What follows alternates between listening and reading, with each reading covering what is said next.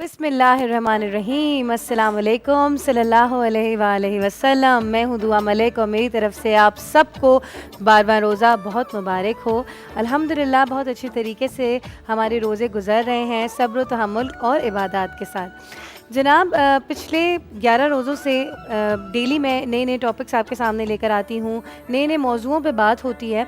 कल बात हो रही थी पाकीज़गी की, और पाकीज़गी में मैंने बात करी थी जो दिल में हमारे इज़्तिराब होता है, बेचैनी और बेसकूनी होती है।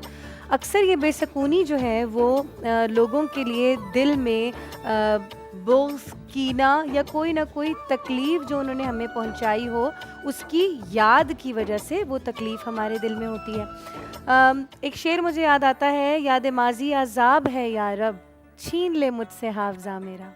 हम लोग अक्सर अल्लाह ताला से अपनी दुआओं में दिल का, क़ल्ब का सुकून मांगते हैं, मगर हमें ख़ुद ही नहीं पता होता कि वो सुकून माफ़ी में छुपा है।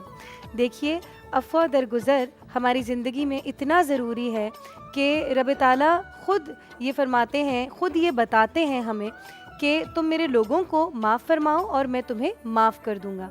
आप ये देखिए कि इंसान बड़े से बड़ा गुनाह कर ले, हर गुनाह की माफ़ी है। हर गुनाह के लिए हम अल्लाह के सामने एक इतना सा आंसू बहाएंगे या रोने वाला मुंह ही बना लेंगे तो अल्लाह ताला हमें माफ़ फरमा देंगे। मगर एक जो है वो चीज़ या गुनाह आप कह लें ऐसी है कि जिसको अल्लाह भी माफ़ नहीं फरमाते। जब हम बंदों का दिल दुखाते हैं, तो अगर किसी ने आपका दिल दुखाया है तो उसको ये सोच के माफ़ कर दीजिए कि अगर आपने उसको माफ़ नहीं किया तो अल्लाह ताला से भी वो इस चीज़ का हिसाब किताब नहीं कर सकता, क्योंकि जो दिल उसने आपका दुखाया है वो आप ही माफ़ कर सकते हैं। और ये सोचिए कि कहीं ना कहीं, ये मैं बड़े बुज़ुर्ग से एक मिली थी, सईद सरफराज शाह साहब उनका नाम है, बुज़ुर्गान दीन है। उनसे मैं मिली थी लाहौर में, तो मैंने उनसे मैं बातें करी थी अपनी पर्सनल, तो मैंने कहा कि मेरा दिल फ़ला फ़ला इंसान से बहुत दुखा है।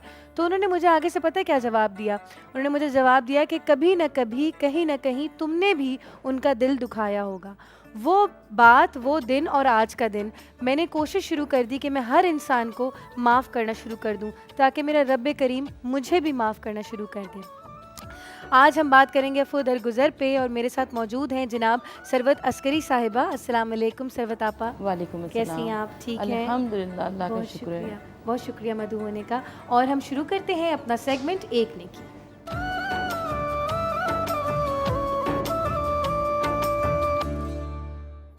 चलिए जी, पाकिस्तान का सबसे नामवर और सबसे बड़ा, one of the biggest hospitals that we have, जो फ्री सर्विसेज प्रोवाइड करते हैं गरीब गुरबा को और नीडी लोगों को, अंडर प्रिविलेज लोगों को, इंडस हॉस्पिटल। आइए इनका पैकेज देखते हैं पहले। ये है रिवर इंडस, जिसने कई हजार सालों से जमीन के इस हिस्से को जिंदगी दी हुई है।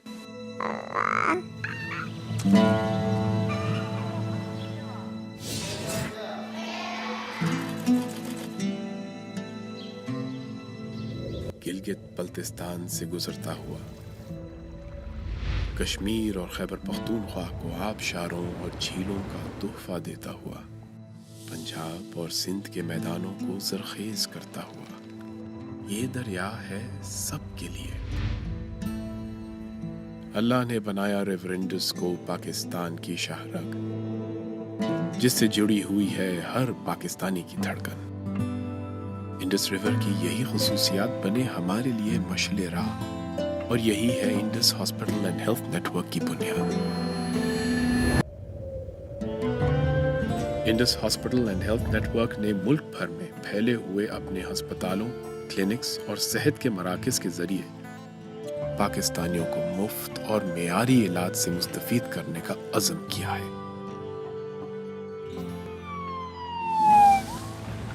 आइए Indus hospital and health network का हिस्सा बनिए और खिदमत के इस सफर में हमारा साथ दीजिए।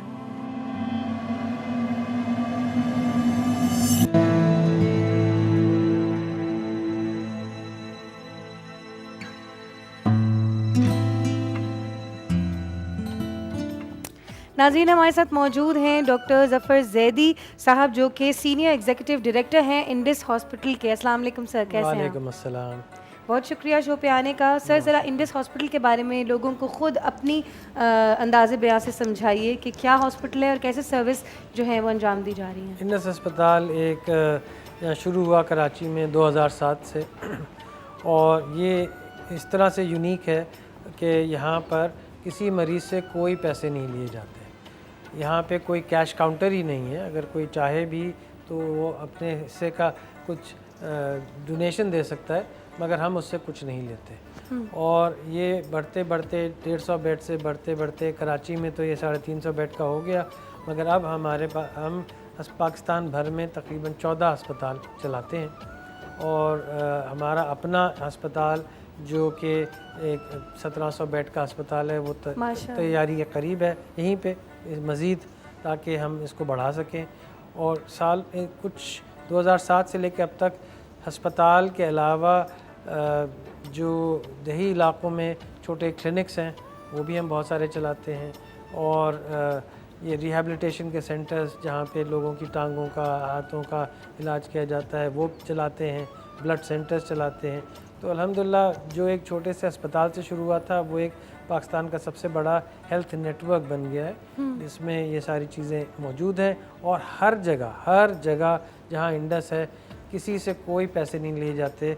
अल्हम्दुलिल्लाह सब कुछ मुफ्त दिया जाता है और हर एक के लिए है, चाहे किसी भी तबके का हो, कहीं से भी आए, किसी भी मज़हब का हो और कहीं से भी आए उसका हम इलाज करते हैं। बहुत खूबसूरत। ज़फ़र साहब ये बताइएगा कि अक्सर हम ये सुनते हैं कि जो ऐसे अस्पताल होते हैं जहाँ से लोगों से पैसे नहीं लिए जाते और मुफ्त इलाज करवाया जाता है, यहाँ अक्सर अमूमन रश इतना ज़्यादा होता है कि लोगों की शायद बारियां देर से आती हैं या उनकी जो इल्तिजा होती है वो देर से बहुत सुनी जाती है, या सर्विसेज में थोड़ी कोताही होती है।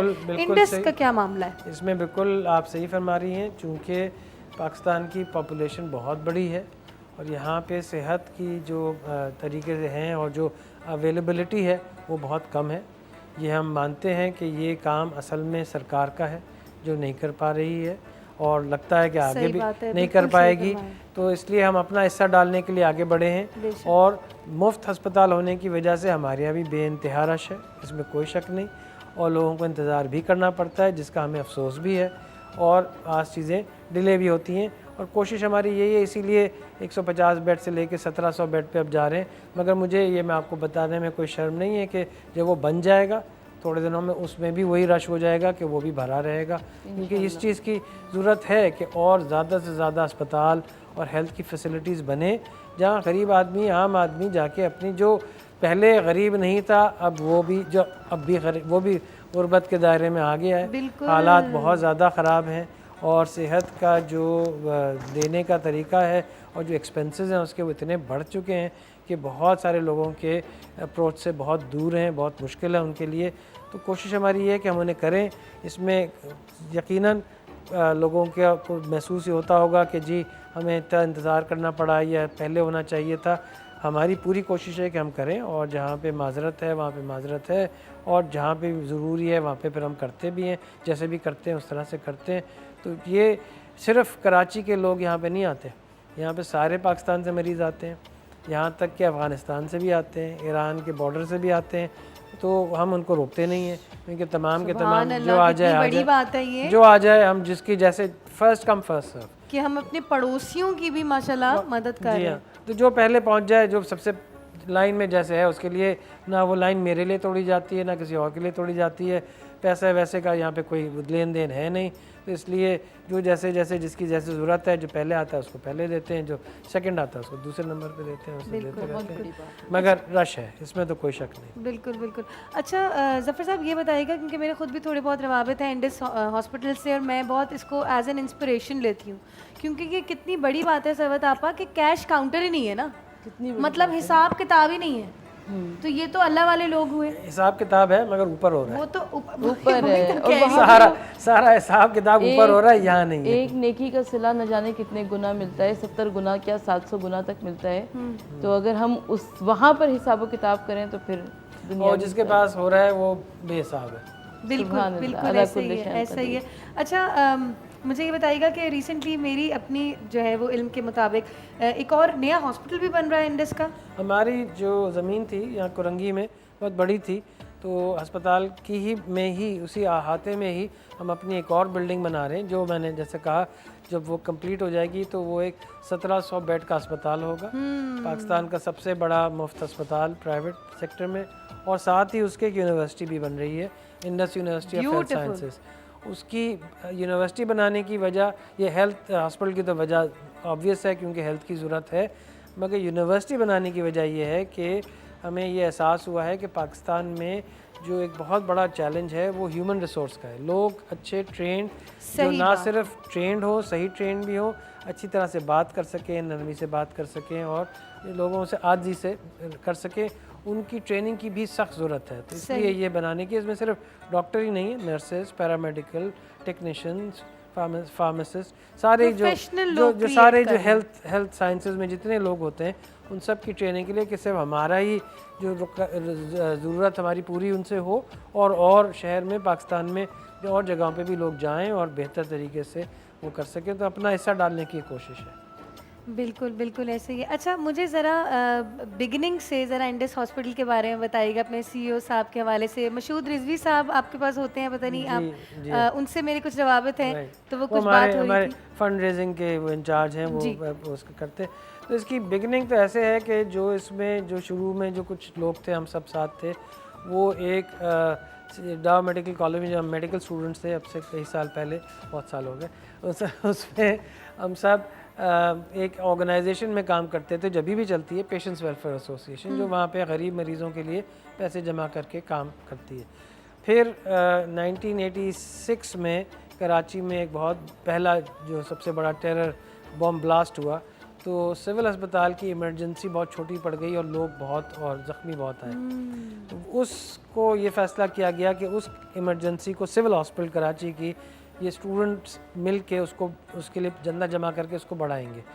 तो हम वही पेशेंट वेलफेयर के कुछ लोग उसमें शामिल थे। जब वो बन गई तो हमें ये एहसास हुआ कि हम ये कर सकते हैं कि आगे चल के जब अल्लाह ताला मौका देगा और हमें इस काबिल बनाए कि एक अस्पताल बनाएं जहाँ पे मुफ्त इलाज हो।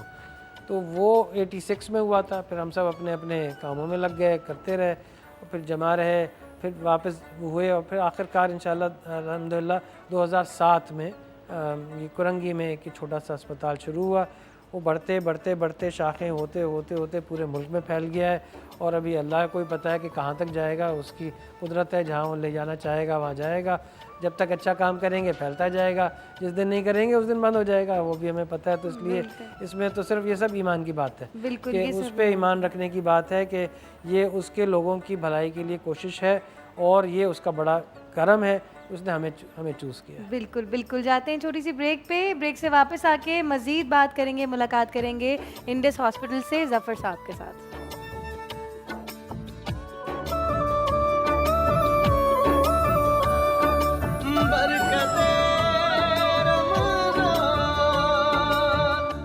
अस्सलाम वालेकुम, बरकत रमज़ान में खुशामदीद। हम वापस आ चुके हैं। डॉक्टर ज़फ़र ज़ैदी हमारे साथ मौजूद हैं इंडस हॉस्पिटल से, जो कि पाकिस्तान का one of the biggest hospitals हैं। और बेस्ट बात यह है कि यहाँ पे कोई हिसाब किताब ही नहीं है, कोई कैश काउंटर ही नहीं है, जो हिसाब है इनका अल्लाह के साथ है।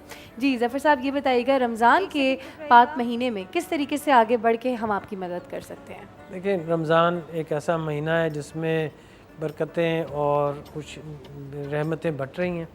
बहुत अच्छा मौका है लोगों का कि वो आगे बढ़ें और हमारी मदद करें, पैसों से मदद करें, चीज़ों से मदद करें, दुआओं से मदद करें, ताकि ये जो हम लेके चले हैं एक काम, उसको हम बढ़ा सकें, ज़्यादा से ज़्यादा लोगों तक पहुंच सकें और उनकी बेहतर से बेहतर खिदमत कर सकें। तो यही लोगों से रिक्वेस्ट है कि ज़कात दें, खैरात दें, एक दफ़ा में दें, महीने थोड़ा थोड़ा देते रहें।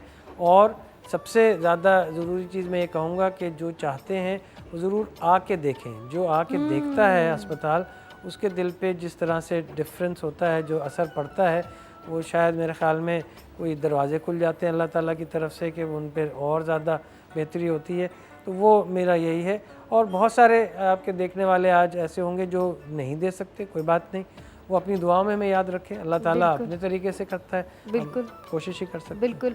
ज़फ़र साहब, ये बताइएगा कि ज़कात की आपने बात करी ना, तो अमूमन लोग ऐसे भी होते हैं, मैंने खुद देखे हैं, जो कि होते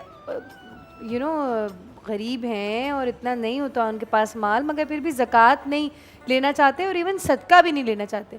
अल्लाह उनकी जो है वो उसको सलामत रखे, खुद ही को सलामत रखे। मगर आप मुझे बताइएगा कि किस तरीके से डील होता है ये सारा? देखिए, दो चीज़ें हैं। एक तो जब हमने अस्पताल बनाया था तो हमने इस चीज़ के बिल्कुल ख्याल, हमें अंदाज़ा था कि इसको बनाना हम पे फ़र्ज़ नहीं है, मगर जब हमने लोगों से ज़कात ले ली है तो उसकी अमानत हमारा फ़र्ज़ है और सवाल भी उससे किया जाएगा।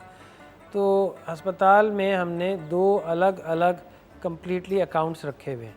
एक तो वो है कि जो लोग हमें ज़कात देते हैं तो वो पैसा उसी में जाता है, और एक डोनेशन का है जो खैरात है या डोनेशन है या कॉरपोरेशन या कंपनियां या लोग देते हैं, वो अलग जाता है।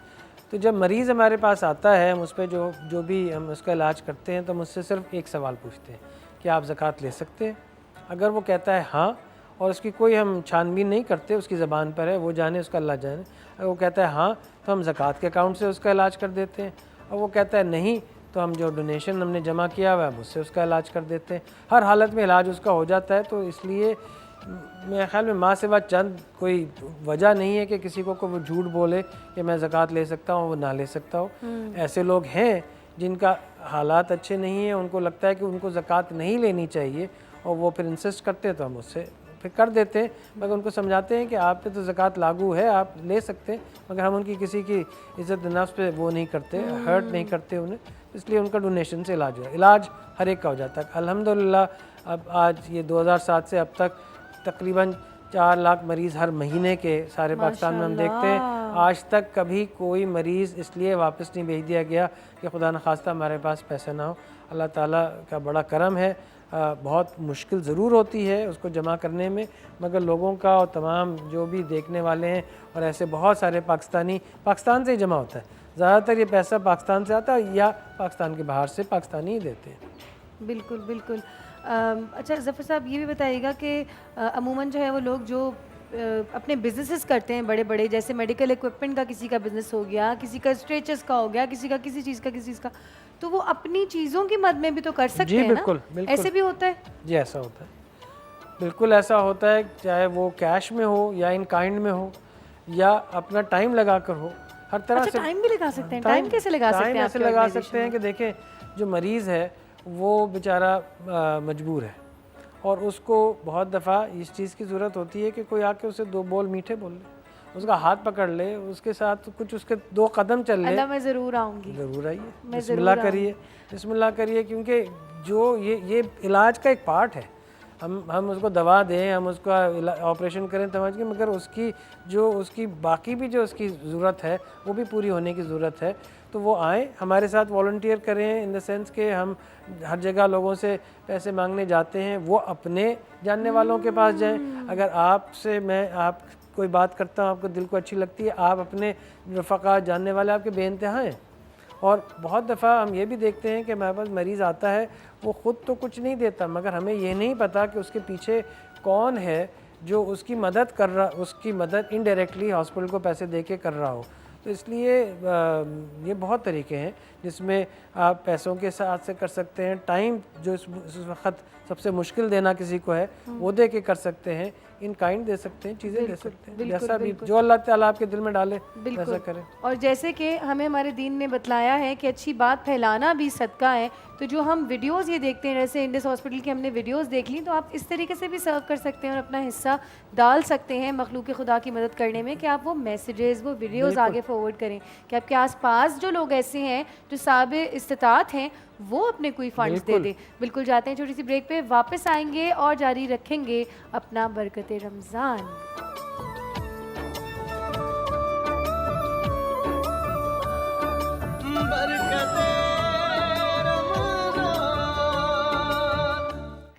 अस्सलाम वालेकुम जी, बरकत रमज़ान में खुश आमदीद। आज का हमारा मौजू है अफ़्व दरगुज़र। अल्लाह पाक के बेतहाशा बेशुमार सिफ़ात हैं, जिनमें से मशहूर सिफ़ात जो हैं वो 99 हैं, जिसके बारे में हमें इल्म है, जिसमें से एक सिफ़ का मतलब है माफ़ कर देने वाला। तो हमें भी अल्लाह पाक की ये सिफ़त अपने अंदर लेकर आनी चाहिए, कोशिश करनी चाहिए कि अगर हम ये चाहते हैं कि अल्लाह पाक हमें माफ़ फरमा दे, तो हम भी अल्लाह के बंदों को माफ़ फरमा दें।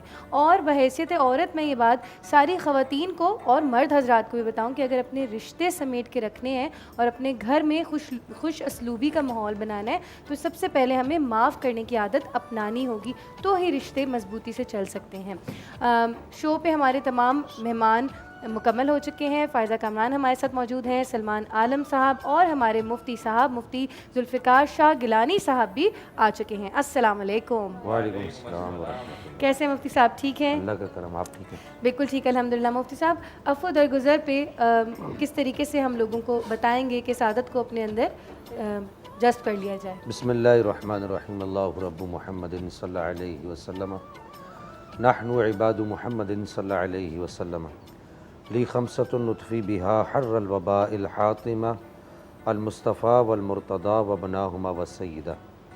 सबसे पहले तो ये समझना चाहिए कि अफ़्व और दरगुज़र कहते किसको हैं। जी, दरगुज़र ये फ़ारसी ज़बान का लफ्ज़ है और अफ़्व अरबी ज़बान का लफ्ज़ है। ठीक है। फ़ारसी और अरबी ज़बान के अंदर इसका माना एक ही बनता है, और अगर इसको उर्दू में तब्दील कर दें, उर्दू में कन्वर्ट कर दें, तो इसका माना बनता है माफ़ करना। यानी कि अगर आपकी आदत के ख़िलाफ़, आपके मिजाज के ख़िलाफ़ कोई ऐसी बात हो जाए जो आपको हाइपर कर दे या आपको आपके मिजाज से हट कर किसी और तरफ ले जाने की कोशिश करे, ऐसा इक़दाम करने पर आपका नफ्स आपको मजबूर करे, जी, जो इक़दाम हमारे माशरती तौर पर और दीनी तौर पर दुरुस्त ना हो, उस इक़दाम से बच के रहना और अपने आप को रोक कर रखना, इसको आफ़ कहते हैं, माफ़ करना कहते हैं। दरगुज़र भी कहते हैं और उर्दू ज़बान में माफ़ करना कहते हैं। अल्लाह जल्ल मजदुहुल करीम कुरान मजीद अल फ़ुरक़ानिल हमीद में 5 मकामात पर अपनी इस सिफ़त का मुख्तलिफ़ ज़ावियों से ज़िक्र फरमाता है, और अल्लाह जल्ल मजदुल करीम इन 5 मकामात को अगर जमा करके मैं उसका ख़ुलासा अर्ज़ कर दूँ, तो अल्लाह ताला ये इरशाद फरमाता है कि अगर पाक परवरदिगार आफ़ करने वाला ना होता, वो माफ़ करने वाला ना होता, तो तुम किसके पास माफ़ी मांगने के लिए जाते हैं।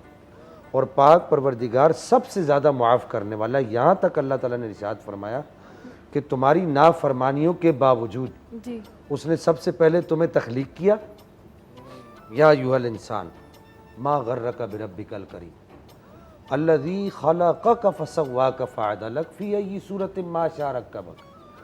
क्या इंसान, सबसे पहले उसने तुझे एक बेहतरीन खूबसूरत सूरत पर पैदा किया, फिर उसके बाद तुझे नश्व नुमा दी और तुझे मजबूत इंसान बनाया, और फिर तू उसके सामने अकड़ कर खड़ा हो गया। लेकिन उसके साथ ही अल्लाह ताला इरशाद फरमाते हैं कि मेरे बंदे, उसके बावजूद देख मैं तुझे माफ़ करने वाला हूँ। तू मेरी तख्लीक है, मैंने तुझे पैदा किया है, लेकिन उसके बावजूद तू मेरे सामने मेरी नाफरमानियाँ करता है। मैंने जिन चीज़ों का हुक्म दिया है उन पर अमल नहीं करता, जिनसे रोका है उससे रुकता नहीं है, उसके बावजूद मैं तुझे माफ़ करता हूँ। और नबी करीम सल्लल्लाहु तआला अलैहि वसल्लम की एक हदीस मुबारक का मफ़हूम है कि आप अलैहिस्सलातु वस्सलाम ने इरशाद फरमाया सबसे ज़्यादा माफ़ करने वाला अल्लाह ताला है। बेशक। कहा वो कैसे, कि अर्ज़ की गई या रसूलल्लाह वो क्या वजह, फरमाया कि ए मेरे सहाबा, मेरी उम्मत तक मेरा ये पैगाम पहुँचा देना कि रब्बे कायनात वो तुम्हारा खालिक होते हुए तुम्हारी नाफरमानियाँ बर्दाश्त करता है, वो तुम्हारा परवरदिगार होते हुए तुम्हारी नाफरमानियाँ बर्दाश्त करते हैं, वो तुम्हारा रब होते हुए। एक तरफ तो वो कहता है अल्हम्दुलिल्लाहि रब्बिल आलमीन, दूसरी तरफ वो कहता है सब्बह लिल्लाहि मा फिस समावाति व मा फिल अर्द, तीसरी जानिब वो कहता है युसब्बिहु लिल्लाहि मा फिस समावाति व मा फिल अर्द। कि बंदे गौर तो कर, कायनात की हर चीज़ मुझसे डरती है, मेरा खौफ रखती है, मेरी हया करती है, उसके बावजूद तू मुझसे डरता भी नहीं है। सच्ची बात है, हम अल्लाह के साथ बगावत पर उतर आए। बिल्कुल, बेशक। देखिए ना, आप थोड़ा सा अपने माशरे पर गौर कीजिए, तो नौजवान आपको आज यहाँ से आप गली से बाहर निकल जाइए, इस बिल्डिंग से बाहर चले जाइए, नौजवान आपको सरेआम सिगरेट पीते हुए नज़र आएंगे। क्या ये अल्लाह से बगावत नहीं है? आपको सरेआम लोग पानी पीते हुए, खाना खाते हुए, इस वक्त रोज़े का वक्त है, नज़र आएंगे, और वो जो है हर वो काम जो अल्लाह जल्ल मजदुहुल करीम की रज़ा के ख़िलाफ़ आपको करते हुए नज़र आएंगे। लेकिन उसके बावजूद हम पर अज़ाब नहीं आता। अमा कानल्लाहु लियुअज़्ज़िबहुम व अंत फ़ीहिम, अल्लाह ताला ने अपने महबूब से वादा फरमा लिया है सिर्फ कि इस ए एक वजह से। महबूब तेरी वजह से मैं अजाब नहीं दूंगा। तो वो कितना बड़ा माफ़ करने वाला है, कितना बड़ा वो करम करने वाला है कि वो पाक परवरदिगार हमारी इन नाफरमानियों के बावजूद कि उसने 30 दिन मांगे या 29 दिन मांगे, हम ये 29 दिन भी सिर्फ एक वक्त का खाना उसके लिए नहीं छोड़ सकते और सरेआम उसकी बगावत करते हैं, लेकिन उसके बावजूद वो हम पर अजाब नहीं लाता। और फिर मादरत के साथ फिर हम जब तंगदस्त होते हैं या किसी परेशानी का शिकार होते हैं या किसी मुसीबत से दो चार होते हैं, तो फिर हम आसमान की तरफ देखकर कहते हैं कि या अल्लाह तू हमारी दुआ क्यों नहीं मेरा क्या कसूर है, मैंने तेरा क्या बिगाड़ा है। पहले मैं ये बात अर्ज कर दूं, मेरे ही साथ ऐसा हाँ, क्यों मेरे ही साथ ऐसा क्यों होता है। पहले मैं ये बात अर्ज कर दूं, ये कलमा कुफ्र है कि ए अल्लाह मैंने तेरा क्या बिगाड़ा है, ये कलमा कुफ्र है। अल्लाह का कोई कुछ नहीं ये बिगाड़ा। बहुत बड़ी बात कर दी है मुफ्ती ये- साहब, ये- आपने ये समझने की जरूरत है। कुफरिया कलमा है। लोग ये कहते हैं देखिए ना, अल्लाह का कोई कुछ बिगाड़ सकता है, या अल्लाह मैं सारा जुल्म मेरे ऊपर ही करना था, ये भी कलमा कुफ्र है। लेकिन ये सब सुनने के बावजूद अल्लाह ताला हमें माफ़ करता है और वो ये कहता है कि इन्नल्लाह युहिब्बुत तव्वाबीन व युहिब्बुल मुतताहिरीन, कि मेरे बंदो अगर तुम तौबा करोगे और अगर तुम मुझसे माफ़ी मांगोगे मैं तुम्हें माफ़ कर दूंगा और ऐसा माफ़ करूंगा। व युहिब्बुल मुतताहिरीन, देखिए ना कुरान का अंदाज देखिए कि सर से लेके पाँव तक तुम्हारे एक एक बाल को, एक एक रुएं को पाक और साफ करके उजला और निखरा कर दूंगा। और यहाँ तक कि नबी करीम सल्लल्लाहु अलैहि वसल्लम ने इरशाद फरमाया अत्ताइबु मिनज़्ज़म्बि कमन ला ज़म्ब लहू, कि अल्लाह ताला से माफ़ी मांगने वाला ऐसा है कि जैसे उसने कभी गुनाह किया ही नहीं। अब जब अल्लाह की ये सारी सिफ़ात है तो फिर बंदों को भी इन सिफ़ात को अपनाना चाहिए। हमारे मिजाज के ख़िलाफ़ थोड़ी सी बात हो जाए, सारी तमीज़ मैंने इस वजह से बांधी, हमारे मिजाज के ख़िलाफ़ थोड़ी सी बात हो जाए, खाने में नमक ज़्यादा डल जाए तो फिर घर में झगड़ा और मार पीट और उधम उखाड़ तो पता ही नहीं चलता बात कहाँ से कहाँ पहुँच जाती है। कहाँ से कहाँ पहुँच जाती है, यूँ समझिए थाने कचहरी कोर्ट और तलाक तक बात चली जाती पता है। चला नमक कम डाला था। पर आखिर में जब वो जज साहब पूछते क्या बात हुई, ऐसे केसेस भी आते, भाई ये झगड़ा चला कहाँ से था, असल में वो इफ्तारी का वक्त था, पकौड़ा मुंह में लिया तो उसमें नमक कम था तो शौहर साहब को गुस्सा आ गया। तो क्या तुम्हें इतनी शर्म नहीं आती कि अगर एक दिन नमक कम डल गया, वो बेचारी जो सुबह उठती है सबसे पहले तुम्हारे लिए सहरी बनाती है, फिर पूरा दिन तुम्हारे बच्चों को संभालती है, फिर शाम को चूल्हे के पास खड़ी हो जाती है, फिर वो तुम्हारे कपड़े भी धोती है, फिर वो बर्तन भी धोती है, फिर रात का खाना भी पकाती है, फिर चाय भी बनाती है, अगर उससे गलती हो गई तो तुम्हें अफ़्व दरगुजर का दर्स वहाँ पर याद नहीं आता।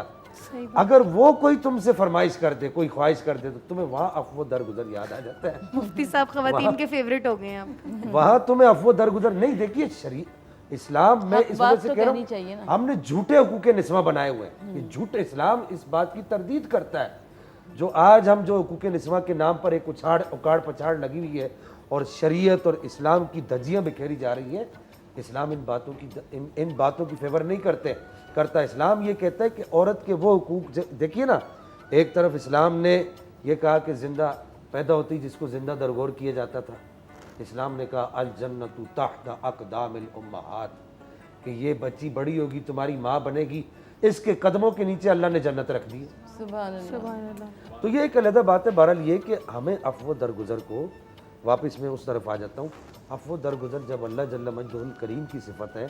और मैं ये भी अर्ज़ कर दूँ कि अगर नबी पाक अलैहिस्सलाम की ज़ात गिरामी के अंदर अफ़्व दरगुजर ना होता, आप अलैहिस्सलाम नरम मिजाज ना होते, बिल्कुल तो इस वक्त आप अलैहिस्सलाम का पूरी दुनिया में नाम ना गूंज रहा होता।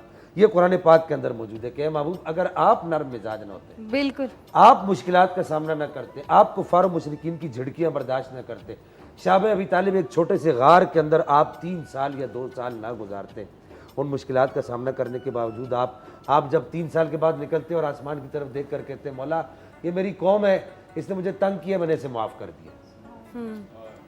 तो अगर आप अलैहिस्सलाम इन सिफ़ात से मुत्तसिफ़ न होते तो आज पूरी कायनात में मोहम्मद मोहम्मद मोहम्मद ये ना होता। वो किसी पंजाबी शायर ने बड़ी प्यारी बात कही है कि मोहम्मद मोहम्मद करेंदे गुजर गई, अहद नाल अहमद निभेंदे गुजर गई, तसव्वुर हलीमा दी डाची दा करके खुरे डाचियाँ दे चुमेंदे गुजर गई। सुभान अल्लाह, बहुत खूबसूरत। अच्छा, सहवत अस्करी आप हमारे साथ मौजूद हैं जो कि PhD कर चुकी हैं सीरत नबी में, और सीरत नबी के ज़रिए हम सीखेंगे कि वहाँ हम अफ़्व दरगुज़र की कौन सी मिसाल देखते हैं जो हमें सीखनी और समझनी है। जाते हैं छोटी सी ब्रेक पे, वापस आके सरवत अस्करी आपा से जवाब लेंगे। जहाँ भी हो वहीं से दो सदा सरकार सुनते हैं। जहाँ भी हो वहीं से दो सदा सरकार सुनते हैं। सरे आईना सुनते हैं। पसे दीवार सुनते हैं। सरकार सुनते हैं। सरकार सुनते हैं।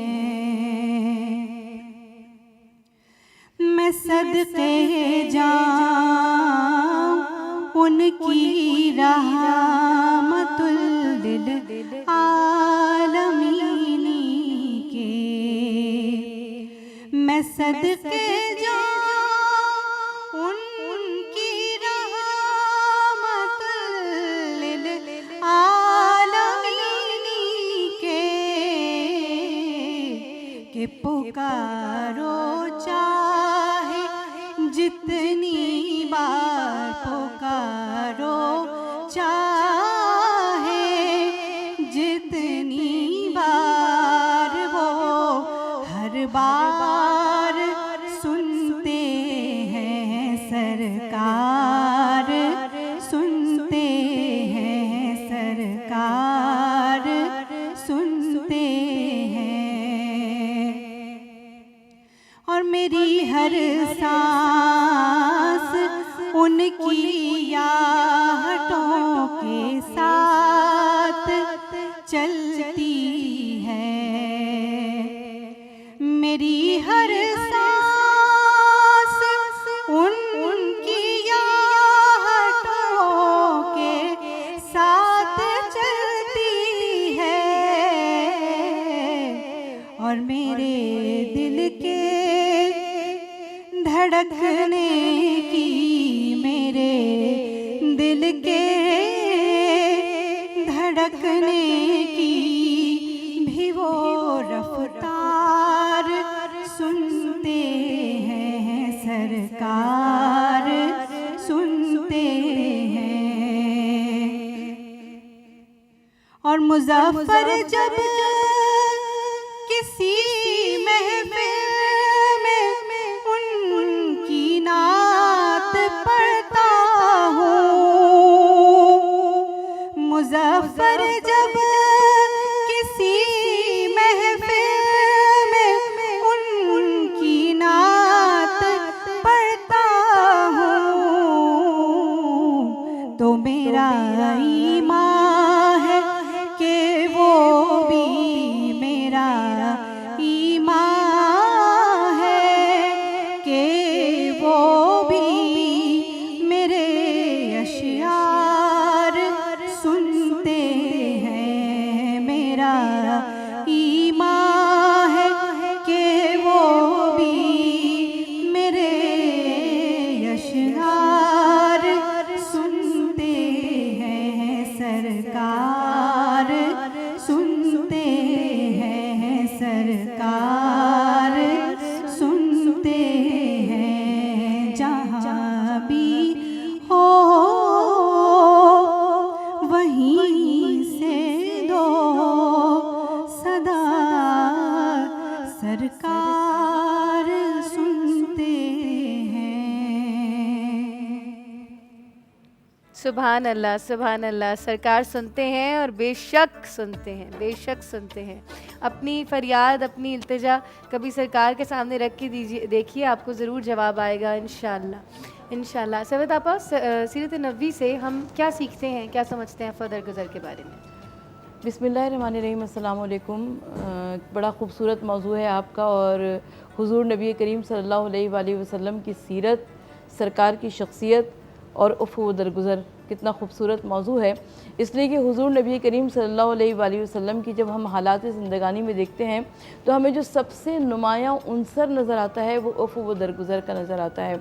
इसलिए कि हुज़ूर नबी करीम सल्लल्लाहु अलैहि वसल्लम जिनके रास्ते में इतने पत्थर बिछाए जाते थे कि नालियाने मुबारक खून से लबरेज़ हो जाते थे, कांटे बिछाए जाते थे, पत्थर बरसाए जाते थे, पुश्त मुबारक पर ओझड़ी रखी जाती थी, सर पर कूड़ा फेंका गया, मगर उसके बावजूद आका सल्लल्लाहु अलैहि वसल्लम ने दरगुज़र से काम लिया। न सिर्फ ये कि जो सर पर कूड़ा फेंकती थी उस औरत की अयादत के वास्ते गए, उसकी बीमारी में हालचाल पूछा, बल्कि आका नबी सल्लल्लाहु अलैहि वसल्लम सजदे में जा जाकर अपनी उम्मत के हक़ में दुआएं किया करते थे, उज़्र-ख़्वाही किया करते थे, वरना जिसने आका सल्लल्लाहु अलैहि वसल्लम को सताया उससे बढ़कर कौन अज़ाब का मुस्तहिक़ हो सकता था। लेकिन आका सल्लल्लाहु अलैहि वसल्लम रहमतुल आलमीन है, साहिब खुल्क़ अज़ीम है, वो हाथ उठा कर दुआएं किया करते थे कि परवरदिगार आलम इनको तू माफ़ फरमा दे, इनको मालूम ही नहीं है कि मैं तेरा फ़रिश्तादा पैगंबर हूँ, मैं तेरा फ़रिश्तादा नबी हूँ, तेरी जानिब से भेजा गया हूँ। मैं जब अफ़्व दरगुज़र की बात करती हूँ तो मुझे फ़तह मक्का की बहुत याद आती है, इसलिए कि फ़तह मक्का के वक्त वो तमाम अफराद मक्के में मौजूद थे जो हुज़ूर नबी करीम सल्लल्लाहु अलैहि वसल्लम के खून के प्यासे थे, और वो तमाम अफराद जब आज उन्होंने आमिना के लाल और यतीम अब्दुल्लाह को आते हुए देखा खाने काबा में, हरम काबा में, तो वो थर थर काँप रहे थे। उनकी जालिम को भी अपना जुल्म याद रहता है, अगर मज़लूम को याद रहता है तो जालिम को भी याद रहता है। उनको तमाम वाक़यात याद थे कि उन्होंने क्या क्या किया है आका सल्लल्लाहु अलैहि वसल्लम को, किस तरह से शोबे अबू तालिब उन्हें 3 साल महसूर रखा, किस तरीक़े से मक्के से निकल जाने के लिए इन्होंने ऐसे हालात बना दिए कि हुज़ूर नबी करीम सल्लल्लाहु अलैहि वसल्लम ने हिजरत फरमाई, क्योंकि मक्का उनके रहने के काबिल नहीं रहा था। तो हुज़ूर नबी करीम सल्लल्लाहु अलैहि वसल्लम अगर दुनियावी कोई बादशाह होता तो वो क्या करता, वो तख्तो ताराज कर देता, वो अपने दुश्मनों को ख़त्म कर देता। लेकिन ये रहमतुल आलमीन थे, सरकार ने एक फ़िक्री इनकलाब पैदा किया, ज़हनी इनकलाब बर्पा किया। हुज़ूर नबी करीम सल्लल्लाहु, देखिए इनकलाब के रास्ते में सरों के मीनार इस्तादा होते हैं, इनकलाब के रास्ते में कभी कहकशाएँ नहीं होती, फूलों के गुंचे नहीं होते, लेकिन हुज़ूर नबी करीम सल्लल्लाहु अलैहि वसल्लम ने एक अज़ीम फ़िक्री इनकलाब पैदा किया कि इनकी सोचों को तब्दील कर दिया। यानी ये कल तक जो कि छीन झपट के खाया करते थे, आज उन्हें रोज़े का खूगर बना दिया। वो जो कि मैदाने जंग में जाया करते थे, वहाँ पर मकतूलीन की तमाम तर चीज़ों को हथिया लिया करते थे, उन्हें मैदाने जिहाद का मुजाहिद बना दिया, माले गनीमत का खूगर बना दिया। वो जो कि 360 बुतों की इबादत किया करते थे, लातो मनातो हुबलो उज़्ज़ा समेत उनके हर दिन के बुत अलग थे, उनको एक खुदाए वाहिद के परचम तले जमा कर दिया और उस खुदाए वाहिद को सजदा करना सिखा दिया। तो हुज़ूर नबी करीम सल्लल्लाहु अलैहि वसल्लम जो फ़ातिह मक्का की हैसियत से खाना काबा में दाखिल हुए, तो हुज़ूर नबी करीम सल्लल्लाहु अलैहि वसल्लम ने ऐलान फरमाया कि जो आज हरम काबा में पनाह ले ले उसके लिए भी अमान है, जो अपने घर के दरवाज़ों को बंद करके बैठ जाए उसके लिए भी अमान है, जो अबू सुफियान के घर में आ जाए उसके लिए भी अमान है। यानी अल्लाह के रसूल सल्लल्लाहु अलैहि वसल्लम ने ज़बाने हाल से ये फरमाया कि जो दिलों को फ़तह कर ले वही फ़ातिह ज़माना हुआ करता है। जिस्मों पर हुकूमत औरों की हुआ करती है, दिलों पर हुकूमत औरों की हुआ करती है, रूहों पर हुकूमत औरों की हुआ करती है, क़ुलूब पर हुकूमत और ही हुआ करती है। और ये वही शख्सियत है जो कि रहमतुल आलमीन सल्लल्लाहु अलैहि वसल्लम। बेशक बेशक बेशक आपा, ऐसे ये बहुत खूबसूरती से आपने हमें समझाया और बताया। मुफ्ती साहब आपकी तरफ आती हूँ। मैंने एक दफ़ा एक बयान में सुना था कि पहले तो मैं ज़रा बताऊँ आपको कि सिलसिला शुरू कहाँ से हुआ। अक्सर मैं ऐसे लोगों को देखती हूँ जो कि ये कहते हैं, जब हम सीरत नबी सुनते हैं तो वो ये कहते हैं कि वो नबी थे, उनकी माफ़ी का, उनके अफू का मकाम ये था, उनका दिल इतना वसी था कि वो माफ़ फरमा देते, हम में इतनी सकत नहीं है कि हम कर सकें। तो अक्सर हम ख़ानदानों में देखते हैं कि कता रहमी, कता कलामी हो जाती है, बिल्कुल ही ख़त्म हो जाते हैं मामलात, क्योंकि माफ़ करने की क़ुव्वत नहीं होती है ना। तो इसके बारे में भी ज़रा बता दीजिएगा। और फिर एक आयत का भी रेफरेंस देते हैं कि ए नबी, हम जानते हैं वो तुम्हें उज़्र पहुंचाते हैं, उनसे किनारा कशी इख्तियार करो मगर खुश असलूबी के साथ। तो कौन सा ऐसा मकाम है जहाँ पे वाकई हम एक कता रहमी कर सकते हैं? देखिए, क़तरहमी सिर्फ उस मकाम पर की जा सकती है जहाँ पर शरीयत मुताहरा की खिलाफ वर्जी होती है। आप देख रहे हैं कि आपका सामने वाला अल्लाह के फ़राइज़ की खिलाफ वर्जी कर रहा है, नबी पाक अलैहिस्सलाम के अहकामात की खिलाफ वर्जी कर रहा है और बगावत पर उतरा है। उस वक्त आप उससे शरीयत मुताहरा ये कहती है, जो कुरान पाक की जिस आयत की तरफ आपने इशारा किया, उससे आप किनारा कशी करेंगे। लेकिन उस किनारा कशी में भी ऐसा नहीं होगा कि आप जो है वो तलवारें उठा लेंगे या इस तरह का कोई मामला कर लेंगे। नहीं, खुश उसलूबी के खुश उसलूबी के साथ आप उससे किनारा कशी कर लें और उसे आप क्लियर बता दें कि भाई तुम नबी पाक अलैहिस्सलाम की शरीयत का मजाक उड़ा रहे हो, या नबी पाक सल्लल्लाहु अलैहि वसल्लम की शरीयत को तुम्हारे वजूद से नुकसान पहुँच रहा है, तो इस वजह से मैं तुमसे किनारा कश हो रहा हूँ। तो ये खुश उसलूबी है। इसके अलावा जो दूसरी जो बात आपने की कि हमारे अंदर वो सकत नहीं है, हम कैसे माफ़ जी, ये बड़ा लोग एक जवाब पेश कर हम देते हैं कैसे माफ़ करें। देखिए, शरीयत कहती है, शरीयत को पता है कि तुम्हारे अंदर सकत नहीं है, फिर इसको आफ और दरगुजर कहते ही क्यों है? सही। ये आपका ऐसा कोई आपका रीज़न नहीं है कि जिसको कबूल किया जाए। अच्छा, आप फिर हुआ ही क्या? आप कहते ही उसको कि जिस चीज़ की तुम्हारे अंदर सकत नहीं है, उस नफ्स को मार के चकना चूर करके रेजा रेजा करके अपने अंदर सकत पैदा करके रब की रजा हासिल करो, तब तो अफ़्व दरगुजर है ना। वगरना तो अफ़्व दरगुजर का कोई यूँ समझिए कि पहलू नहीं निकला। अगर आपके अंदर सकत नहीं है, आपने ये एक उज़्र तलाश कर लिया और यूँ समझिए कि एक बहाना पकड़ लिया, तो इसका मतलब ये हुआ कि आपने अफ़्व दरगुजर के दर्ज को बुला दिया और क़त्अ रहमी को अपना लिया, सुलह रहमी को छोड़ दिया। आप एक तरफ बहाना तलाश करके दूसरी तरफ आप फंस रहे हैं, आपको एहसास नहीं है। आप क़त्अ रहमी वाले में आ रहे हैं। एक तो ये कि शरीयत मुताहरा अफ़्व दरगुजर कहती ही उसको है कि जब आप अपने ऊपर मुश्किल को बर्दाश्त करके अपने नफ्स को मार के अपने भाई को माफ़ करते हैं। दूसरी बात, नबी पाक सल्लल्लाहु अलैहि वसल्लम के प्यारे बेटे हज़रत सैयदना इमाम हसन और हज़रत सैयदना इमाम हुसैन रज़ियल्लाहु तआला अन्हुमा व सलामुल्लाहि अलैहिमा, इन दोनों हज़रात के आपस में कुछ ऐसे मामलात हो गए, अहादीस में आता है। तो इमाम हुसैन रज़ियल्लाहु तआला वर्दा ने इमाम हसन को ख़त लिखा और ख़त लिखकर कहा, बस मैं ये बात ख़त्म कर रहा हूँ, कि कहा कि मेरे भाई, मैंने अपने नाना जान से सुना है, जो पहले माफ़ करेगा पहले जन्नत में जाएगा। अल्लाहु अकबर। तुम बड़े भाई हो, तुम मामले को ख़त्म कर दो, मैं चाहता हूँ कि तुम मुझसे पहले जन्नत में जाओ। सुभान अल्लाह। तो आप इस दर्ज को मद्देनजर रखिए ना। आप वो ना मेरे अंदर सकत नहीं है, बिल्कुल वो बिल्कुल मत सोचिए, बल्कि ये मद्देनजर रखिए और अफ़्व दरगुजर को अपनाइए। अफ़्व दरगुजर को अपनाइए। जाते हैं छोटी सी ब्रेक पे, वापस आएंगे। कहीं नहीं जाना आपने, बरकत रमज़ान में।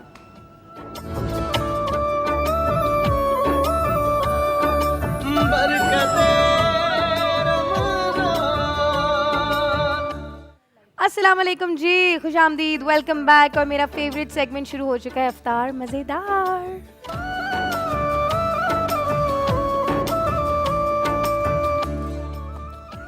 तो शेफ़ समरीन हमारे साथ मौजूद हैं। और समरीन, क्या बना रहे हैं आज हम? आज हम बना रहे हैं, हाँ, इतना मज़ेदार। आज हम बना रहे हैं स्वीट एंड सार पोटैटोस। वाओ, इसको और- खट्टे आलू तो नहीं कहते? खट्टे आलू खट्टे ही होते हैं, उसमें मीठा कुछ नहीं होता। इसमें हम अच्छा, मीठी ये चटनी sweet डाल and रहे sour है, हैं। सही जी है, जी हाँ। जी, ये स्वीट एंड सार है, हम वो बना रहे हैं आज ना। तो क्या खट्टे आलू भी इसी तरह काट के रखते हैं शायद। बिल्कुल ऐसे ही करते हैं, बिल्कुल ऐसे ही करते ठीक हैं, है, बस थोड़ा शुरू सा करें। प्रोसीजर इसका जो है वो ज़रा सा डिफरेंट होता सही, है। बताइए। और बस हम इसको इस तरह करते हैं। मुझे लाइटर चाहिए प्लीज़, ताकि हम इसको लाइटर जब start तक हमारे कर पास लें। आ रहा है, तब तक मैं आपको बताऊं कि हमारे पास मौजूद है मिल्क पैक, जो हम अपने खानों में यूज़ करते हैं। अच्छा, मिल्क पैक एक ऐसा ब्रांड है जो कि मैं तो बड़ी हो गई जनाब, मिल्क पैक मतलब इस्तेमाल कर करके घरों में सबसे ज़्यादा ज़रूरी होता है मिल्क पैक होना और मिल्क पैक की क्रीम होना। और मैं तो वो क्रीम लगाती हूँ ब्रेड के ऊपर और चीनी डालती हूँ और उसको खा लेती हूँ। और मेरी बेटी देख देख के ना, अच्छा बच्चों को अक्सर वही खाना होता है जो माँ ने खाना होता है। हाँ। अमूमन मैं जब भी वो बनाती हूँ तो मेरी बेटी मुझसे पहले भागती है। वो मलाई जो है वो पंजाबियों में, हम में तो समरीन, मतलब हम जब तक मलाई और परांठा ना खाएं तब तक हमारी ज़िंदगी में मज़ा ही कोई नहीं है। बिल्कुल जी, ऐसे ही है। अच्छा, आज सरवत आपा ने इनका दुआ का डायलॉग बोल दिया, मैंने रोजाना दुआ का ये डायलॉग अच्छा, और एक और बात बताऊं कि मिल्क पैक जो है वो अपनी यूट्यूब का इनका एक चैनल है, वहाँ पे 10 मिनट की इजी रेसिपीज ये लोग बताते हैं। तो उसको जल्दी जाके सब्सक्राइब करें और सीखें कि मिल्क पैक से हम किस तरीके से अपनी रेसिपीज बना सकते हैं। इसके अलावा जब तक लाइटर आता है तब तक मैं एक और बात आपको बताऊं कि किनौर भी हमारे पास मौजूद है। किनौर की इतनी बड़ी रेंज है, केचप सिर्फ नहीं, चिली गार्लिक सॉस और इसके अलावा मज़ीद किन्नौर के चिकन क्यूब्स आते हैं। बिल्कुल। किन्नौर की बहुत वाइड रेंज होती है। कोई भी खाना बनाना है तो उसमें जल्दी से टेस्ट डालने के लिए हम किन्नौर की चीज़ें यूज़ कर सकते हैं, और स्पेशली अफ्तार में समोसे, पकोड़े और इस तरह की तमाम लवाजमात के साथ किन्नौर इज़ वेरी इंपॉर्टेंट। अच्छा जी, लाइटर दीजिएगा मुझे। Thank you. बिस्मिल्लाह कीजिए। बिस्मिल्लाह की बरकत के साथ हम शुरू कर रहे हैं आज का अपना खाना, जी जो कि है स्वीट एंड सॉर पोटैटोज। जी बिल्कुल, ये बहुत इजी और क्विक, क्योंकि हमारी कोशिश यही है ना। बिस्मिल्लाहिर्रहमानिर्रहीम। सिर्फ 2 टेबल स्पून हम डाल रहे हैं इसमें ऑयल, राइट। हमारी कोशिश यही होती है कि हम रमज़ान में इजी और क्विक रेसिपीज़ बनाएं जो ज़्यादा मज़े की भी हों और ज़्यादा टाइम कंज्यूमिंग ना हो। अच्छा, पता है ये कस्टर्ड मेरे सामने पड़ा हुआ है रिफान का। मैं आपको बताऊं कि कस्टर्ड जो है वो भी एक ऐसी चीज़ है जो ईद पे भी बनती है हमारे यहाँ, और बच्चों को बड़ी पसंद होती है।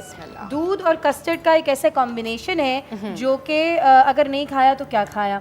और कस्टर्ड जो है, मैं एक और बात बताऊं आपको कि मेरे बच्चे को सीना जमा हुआ है आजकल, तो custard is very good for congestion as well. मुझे किसी ने बताया तो मैंने अपने बच्चे को 2 चम्मच कस्टर्ड जो है वो दूध में मिला के कस्टर्ड बना के दिया, नीम गरम कोसा सा, तो उसकी कंजेशन काफ़ी ठीक भी हुई है। ये मैंने आपको साथ साथ एक टोटका भी बता दिया। क्या बात है। तो अच्छा, कस्टर्ड हमारे यहाँ important है। रूटीन में भी बनता है दुआ अफ्तार में हमारे यहाँ, क्योंकि मुझे जो है मीठा एक्चुअली बहुत पसंद है, तो मेरे यहाँ ऑन एंड ऑफ आप ये समझ लें हर दूसरे दिन जो है कुछ मीठा चाहिए। और उसके साथ साथ रिफान की जेली बना रहे हैं ना आज हम, और लाल वाली। वाकई जी आज हम एक आपको डिश बताएंगे कस्टर्ड शुरू से करें। भी।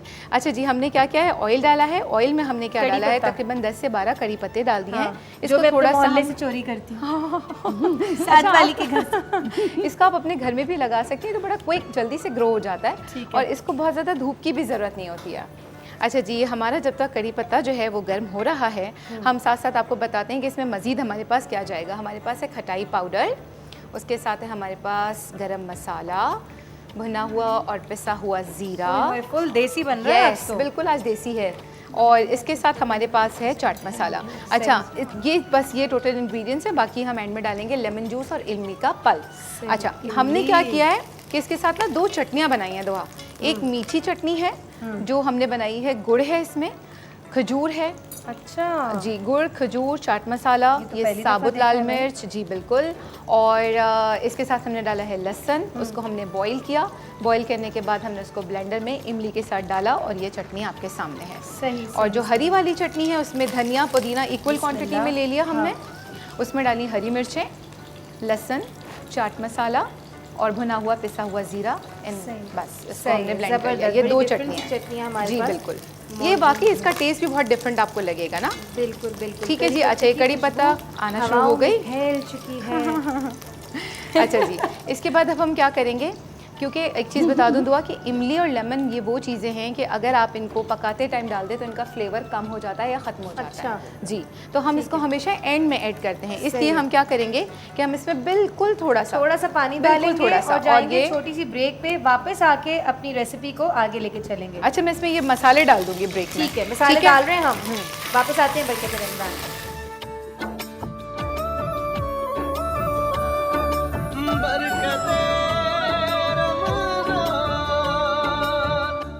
जनाब, बरकत रमज़ान में खुश आमदीद। और हम बना रहे थे सॉल्ट एंड स्वीट एंड सार potatoes, sweet and sour potatoes, जिसमें खट्टे आधी मीठे तैयारी हमारी आलू हो चुकी है, तकरीबन कंप्लीट हो गए। अच्छा, मैं एक बार इसको रिपीट कर दूं क्योंकि हम बड़ी जल्दी जल्दी ब्रेक में गए थे। हमने इसमें डाला था 2 table spoon of oil. Oil डालने के बाद हमने डाला कड़ी पत्ता, उसको थोड़ा सा कड़कड़ाया, फिर 2 चम्मच पानी डाला ताकि मसाला फ़ौरन से चिपके नहीं। फिर हमने इसमें डाला 1 टीस्पून हमने डाली कढ़ाई पाउडर, 1 टीस्पून चाट मसाला, आधा टीस्पून भुना हुआ पिसा हुआ ज़ीरा और आधा टीस्पून गरम मसाला। इसको भुना, उसके बाद थोड़ी सी इमली हमने उस वक्त डाली, आधा कप इमली में से आधा ही, यानी कि 1/4 2-3 टेबल स्पून डाल के फिर हमने इसमें आलू डाल दिया, उबले हुए आलू जिसको नमक और जर्दे का रंग डाल के उबाल लिया था, उसको डाला। खुशबू आ रही है फिर हमने इसमें आलू डाले और उसको ढक के 5 मिनट के लिए पकाया। ठीक है जी, जब वो बन गया, चूल्हा बंद करने के बाद 1 लेमन मैंने इसमें डाला स्क्वीज़ करके, इमली का बचा हुआ पल्प डाला और आधा चाय का चम्मच चीनी डाली। ठीक है, ठीक है, ठीक है। ये डाला। और अगर फिर आप उसके अभी बाद गौर से नहीं सुन पाए तो न्यूज़ वन की यूट्यूब चैनल पे हमारे रोज़ाना के एपिसोड्स अपलोड होते हैं, वहाँ पे आप लोग एपिसोड्स देख सकते हैं और हर चीज़ वहाँ पे अवेलेबल होती है, तो दोबारा वहाँ गौर से सुन लीजिए। बिल्कुल जी, ये आपने डाला और डालने के बाद आपने क्या करना है कि थोड़ा सा इसको हमने खूबसूरत करने के लिए हमने चाट ये मसाला करना है। डालेंगे? बिल्कुल डालेंगे चाट मसाले, हरी मिर्चें जो हमने डाली ये है हम इसको fork थोड़ा से सा खाएंगे? बिल्कुल फर्क से और खाएंगे, रोटी से भी खा सकते हैं। खा सकते हैं, बिल्कुल खा सकते हैं। देखिए choice is yours, variation is yours. अब जैसे मैं आपको एक बात बताऊं तो आपको सुन के बड़ी हैरत होगी कि मैं अपनी बात अगर आपको बताऊं, मैं मीठे पराठे से आलू की भुजिया खाती हूँ। पहली दफा। अच्छा, मेरी नानी जो थी वो बिरयानी और जर्दा मिक्स करके खाती थी, वो बहुत लोग देख खाते के हैं। मुझे इतनी कोफ्त होती थी ना कि वाह मज़ा आता है। नानू मतलब कहाँ बिरयानी कहाँ जर्दा। अच्छा देखिए जी, आप भी हमने- खाती हैं आप ऐसे? अच्छा सलमान, जी, तुम भी? थोड़ा सा हमने इस पे डाल दिया चाट और ये बहुत मसाला, टेस्टी लगता है। ठीक है, चाट मसाला डाला और इसके बाद अब हम इसमें डाल रहे हैं थोड़ा सा, इसमें डाल रहे हैं हरा धनिया। अच्छा, हरा धनिया और पुदीना, एक चीज़ बताओ, इसको हैंड टॉन क्या करें, हाथ से तोड़ें, छुरी से ना काटें, तो ये जल्दी से काला नहीं होगा। अरे वाह, हाँ स्टील नहीं लगता ना, तो स्टील iron नहीं लगता है निकलता ना, होगा हाथ सही से तोड़ें इसको और डालें। ये आपने डाला और लास्ट में हम इसको गार्निश करेंगे सेव से। ओए होए होए। ये सेव ओए डाली होए हमने। होए होए। ये जो बन गया है ना, जी, कमाल हो गया। और इसके साथ हम ये सर्व करें चटनियाँ। अच्छा देखिए अच्छा, जी, मैंने कहा शायद चीनी डाल देंगे अब आप ऊपर। चीनी तो हमने डाल दी थी ना।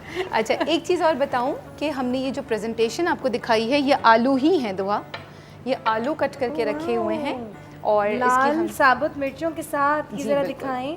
इसको अगर आप सर्व करना चाहते हैं तो इसी पे ये चटनी साथ रखें, ऐसे सर्व करके इस पे ये थोड़े से आप स्प्रिंकल कर दें ऐसे करके पूरे में, और आप इसको इस तरीके से सर्व कर सकते हैं। अच्छा, दावतों में ये सजावट बड़ी काम आती बिल्कुल है काम ना? मैं इसीलिए मेरी कोशिश होती है कि मैं आप कोई ना यकीन कोई करें, सबरी प्रेजेंटेशन में इतना बताऊं। अच्छा खाना बनाती हूँ, बस प्रेजेंट करते हुए ना ये बहुत लोगों को इशू होता है। मेरी इसीलिए कोशिश है कि रमज़ान मुबारक में यहाँ न्यूज़ वन के प्लेटफॉर्म से हम कुछ ऐसी प्रेजेंटेशंस बता दें लोगों को कि लोग हमें हमारे जाने के बाद भी याद रखें। Beautiful beautiful. अच्छा जी। अब कस्टर्ड का क्या करें? कस्टर्ड का हम एक बड़ा मज़ेदार सा एक तरीका लेकर आए आपके लिए कि कस्टर्ड तो देखें सबके घर में बनता है ना, सबको बनाने आता है, तो ये वही नॉर्मल वाला कस्टर्ड है। इसको थोड़ा सा मैंने थिक रखा है, ठीक है, आपकी मर्जी, कंसिस्टेंसी जो है इसकी आप वो थिन भी कर सकते सही हैं। है। मुझे थिक मैंगो चाहिए फ्लेवर था, लग रहा है मुझे। ये कौन सा वैनिला फ्लेवर फ्लेवर है मेरा फेवरेट।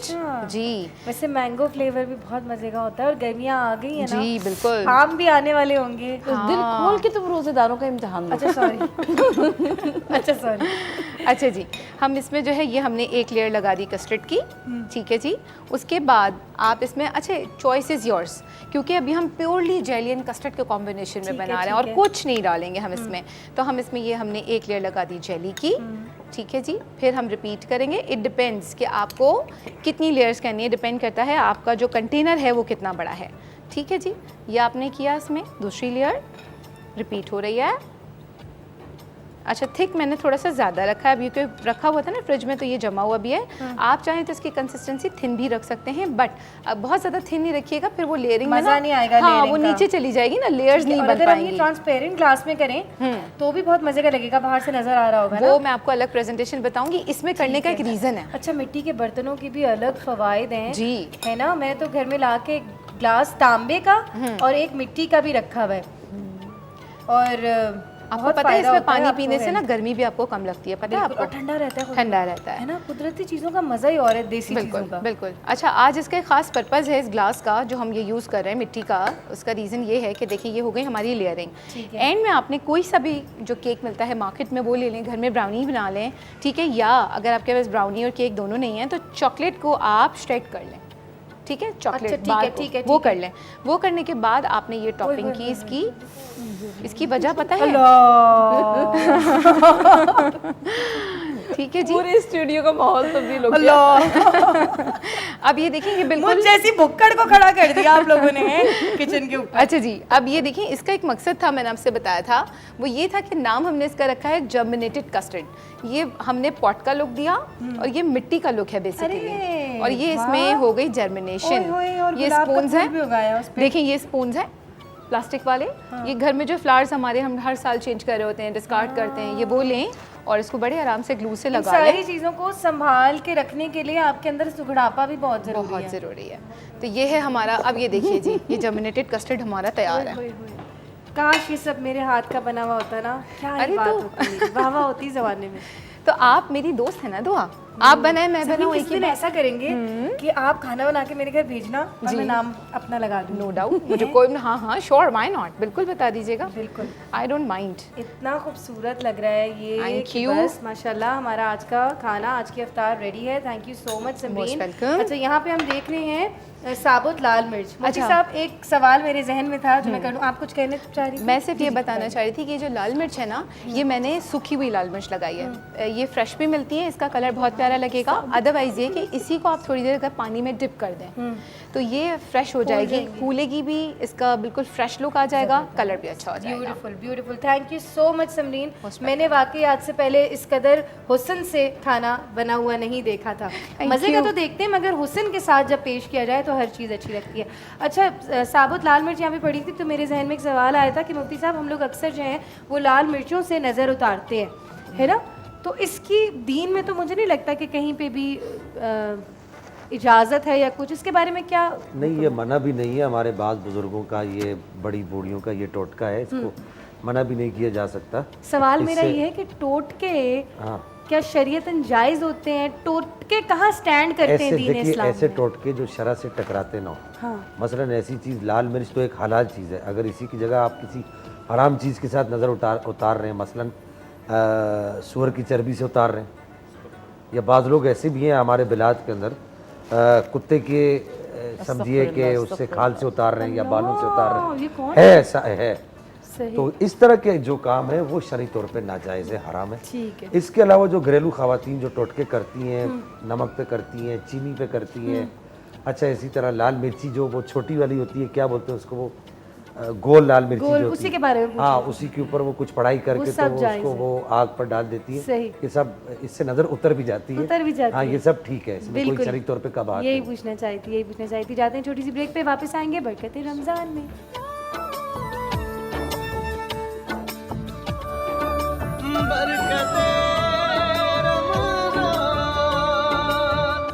अस्सलाम वालेकुम जी, बरकत रमज़ान में खुशामदीद। पिज़्ज़ा पॉइंट की तरफ से वाउचर्स हमारे पास आज आए हुए हैं और मैंने ज़रा अमानत में ख़यानत की है, क्योंकि ये सरवत आपा एक आपका है। खोल के मैंने देखा है कि इसमें है क्या है, और ये हमारे मुफ्ती साहब के लिए है। बहुत शुक्रिया पिज़्ज़ा पॉइंट। अच्छा आपा, ब्रेक पे जाने से पहले मैंने आपसे पूछा था कि जनाब हुर के बारे में ज़रा बताइएगा कि आखिरी वक्त पे उन्होंने किस तरीके से तौबा की और उनके साथ अफू दरगुजर का क्या मामला पेश आया। देखिए, आज का हमारा मौजू अफू दरगुजर है, तो रहमतुल आलमीन सल्लल्लाहु अलैहि वसल्लम का जो पाक घराना है, यकीनन वो अफू दरगुजर की बेहतरीन मिसाल हमें बनकर नज़र आता है।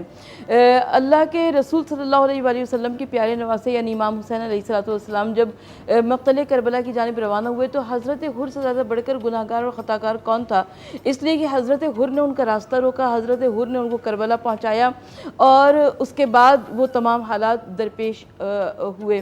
तो रिवायत ये बताती है कि शब आशूर मक़तल करबला में एक नहायत मसरूफ़ रात थी, इतनी मसरूफ़ रात थी कि इधर ज़िक्र अस्कार था, तस्बीह और तहलील थी, खुदा की इबादत हो रही थी और उस तरफ जंगी असलाह तेज़ किया जा रहा था और जंग की हिकमत अमली तय हो रही थी। तो हुर के भाई ने देखा कि हुर कभी खैमे में जाता है, कभी बाहर आता है, कभी आसमान की जानिब देखता है, परेशान है, मुस्तरब है, बेकरार है। उसने कहा कि हुर, इतने बड़े तुम कमांडर इन चीफ हो, तुम्हारे लिए कल की जंग क्या चीज़ है? वो चंद भूखे प्यासे हैं जिनमें कुछ बूढ़े हैं, कुछ बच्चे हैं, और तुम्हारे ये तो चंद घंटों का मामला है, तुम क्यों इस कदर परेशान हो? हुर ने अपने भाई से कहा कि चलो मैं तुम्हें कोई मंजर दिखाना चाहता हूँ। हुर अपने भाई को लेकर दरिया की तराई पर पहुँचे, किनारे पहुँचे, और जब दरिया के किनारे पहुँचे तो हवा के झोंके आ रहे थे, और जब हवा के झोंके आ रहे थे तो उसके ऊपर कुछ आवाज़ें आ रही थीं। हुर ने अपने भाई से कहा कि ज़रा कान लगा के गौर से सुनो कि ये क्या आवाज़ें सुनाई दे रही हैं। प्यासे बच्चों की सदाए अल-अतश आ रही थी। हुर ने कहा, कुछ याद है? कल हुसैन ने हमको भी पानी पिलाया था, हमारे लश्कर को भी पानी पिलाया था, हमारे जानवरों को भी सैराब किया था, आज हुसैन के खैमे में नन्हे नन्हे बच्चे प्यासे हैं। बस यही वो वक्त था कि जब हुर ने भी फैसला किया, हुर के भाई ने भी फैसला किया। बड़ी बात है कि एक तरफ मराआत को छोड़कर मौत के रास्ते को कबूल कर लेना, लेकिन सिर्फ इसलिए कि अपनी ख़ता माफ़ हो जाए, और उधर रहमतुल आलमीन सल्लल्लाहु अलैहि वसल्लम का नवासा। रिवायत ये बताती है कि जब हुर को यकीन नहीं था कि मैं इतना बड़ा ख़ताकार और गुनहगार हूँ, क्या मेरी ये तौबा कबूल हो जाएगी। लेकिन हुर जब इमाम अली मकाम के ख़ैमे के बाहर पहुँचा तो हुर के इस्तकबाल के वास्ते ख़ुद इमाम हुसैन निकले, हुर के भाई के इस्तकबाल के वास्ते हज़रत अब्बास आए, हुर के बेटे के इस्तकबाल के वास्ते हुर का हज़रत अली अकबर आए। और एक मरतबा ख़ैमे का पर्दा उठा और वहाँ से आवाज़ आई कि ए भैया अब्बास, भैया हुर से कह दो कि अली की बेटी सलाम कहला रही है। अल्लाह। अब जब हुर ने इस सदा को सुना तो हुर ने अपना मुंह पीट लिया कि कुजा मैं खताकार, और कहाँ अली और फातिमा सलामुल्लाह अलैहा की बेटियां, रसूल की नवासी, और वो मुझे सलाम कहलाए। और इससे बढ़कर अफ़व दरगुजर की कौन सी मिसाल हो सकती है कि जब हुर मक्तल में गिरे हैं, घोड़े से नीचे गिरे हैं, और जब इमाम अली मकाम उनके सिरहाने पहुँचे हैं तो हुर ने बस यही पूछा है कि मौला क्या मेरी ख़ता माफ़ हो गई। और मौला ने अपनी माँ का सैयदा फ़ातिमा ज़हरा का रुमाल निकाल कर हुर के माथे पर बांध दिया, कहा कि हुर इससे बड़ी और कौन सी बख्शिश की दरगुजर की मिसाल हो सकती है कि कल जब यौम क़यामत हुर को उठाया जाएगा तो हुर के माथे पर रुमाल शहज़ादी कौनैन बंधा होगा। सुभान अल्लाह, सुभान अल्लाह। बहुत शुक्रिया सहवत आपा। और जब भी हम लोग रोज़ा खोलते हैं इफ्तार के वक्त तो हमें अपनी प्यास में इमाम हुसैन अलैहिस्सलाम की प्यास को और तमाम शुहदाए करबला की प्यास को हमेशा याद रखना है। और याद रखना है कि उस वजह को कि जिसकी वजह से करबला का वाक़या पेश आया और वो भूख प्यास का मंज़र पेश आया, वो जो कुर्बानी थी वो कुर्बानी थी क्यों, उस चीज़ को हमने याद रखना है और अपनी ज़िंदगी में शामिल रखना है। वापस आती हूँ मुफ्ती जुल्फ़िकार शाह गिलानी साहब की तरफ। मुफ्ती साहब मुझे ये बताइएगा कि बात हो रही है अफ़ू दरगुज़र की, अमूमन हम लोगों को ज़िंदगी में माफ़ तो कर देते हैं, मगर बहुत से लोग ऐसे होते हैं जिनके लिए मैं लफ्ज़ ढीठ इस्तेमाल करना चाहूँगी कि उनके अंदर बदलाव का कोई रंग नहीं आ रहा होता। और हमारे आका सल्लल्लाहु अलैहि वसल्लम की ज़िंदगी में अबू जहल जैसे लोग भी रहे और इस तरीके के और भी लोग रहे जो कि अपनी ज़िंदगी में बदल के ही नहीं दे रहे थे। इस हवाले से आप क्या कहेंगे? देखिए, इस हवाले से मैं ये बात अर्ज़ करूँगा, एक है शराफत और एक है बेगैरती। जब आप देखिए कि आपकी शराफत को आपका सामने वाला जिसके साथ आप अफ़्व दरगुज़र का एक सिलसिला कर रही, वो थोड़ा मेरे ज़बान मेरी अल्फाज का साथ नहीं दे रहे, वो चूँकि इमाम पाक का जिक्र चला तो एक क़ल्बी कैफ़ियत तब्दील हो गई हैं। अल्लाह जल्ला मजदुल करीम हमें इमाम पाक और आपकी आले पाक से सच्ची मोहब्बत अता फरमाए। अगर आप देखते हैं कि कोई ऐसा आदमी है जो आपके अफ़्व और दरगुज़र और आपकी मोहब्बत और खुलूस का नाजायज़ फ़ायदा उठा रहा है, तो आप देखिए कि मेरी शराफत का कहीं नाजायज़ फ़ायदा तो नहीं उठाया जा रहा और मेरी शराफत को बेगैरती का रुख तो नहीं दिया जा रहा। बेशक बेशक, यही सवाल है। अगर आपकी शराफत इस नहज पर पहुंच चुकी है कि आपका सामने वाला समझ रहा है कि यार इसका कोई ऐसा, एक और इसका पहलू भी है कि इसका कोई ऐसा मकसद है, कोई ऐसा मतलब है, या इसको कोई मुझसे ऐसा लगाव है कि ये मेरे बगैर नहीं रह सकता, तो ऐसे शख्स के लिए सैयदना मौला मुर्तज़ा करमल्लाहु तआला वजहल करीम ने एक हाल इरशाद फरमाया। आपने इरशाद फरमाया कि ऐसे लोगों से फिर किनारा कशी कर दी जाए। अपनी अहमियत, जहाँ आप देखें कि आपकी अहमियत का एहसास ख़त्म हो रहा है जी, वहाँ से आप किनारा कशी कर लें, खुद आपकी अहमियत का एहसास जागने लग बहुत खूब, बहुत खूब, बहुत खूब। इसी पॉइंट पे लेकर आना चाह रही थी मैं मुफ्ती साहब को। ये सवाल बहुत से लोगों के जहनों में होता है। जी हाँ, ऐसा ही है। मुफ्ती साहब छोटी सी ब्रेक पे जाते हैं, वापस आएंगे, जारी रखेंगे अफ़ू दरगुज़र का मौजू बरकते रमज़ान में। आज अश्क मेरे नात सुनाए तो अजब क्या, आज अश्क मेरे नात सुनाए तो अजब क्या, सुनकर वो मुझे पास बुलाए तो अजब क्या,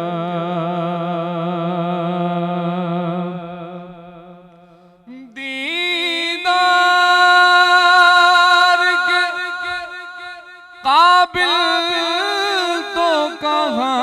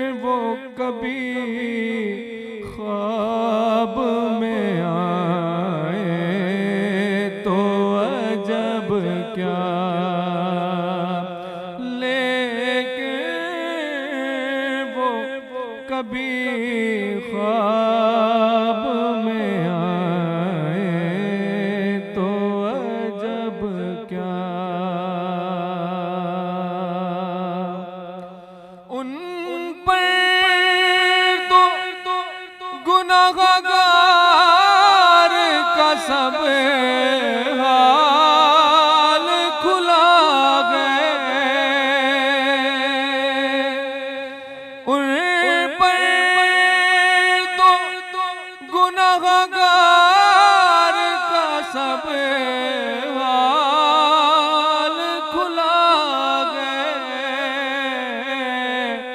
उस पर भी वो दामन में छुपाए तो अजब क्या, उस पर भी वो दामन में छुपाए तो अजब क्या। आज अश्क मेरे नात सुनाए तो अजब क्या, या रसूल अल्लाह।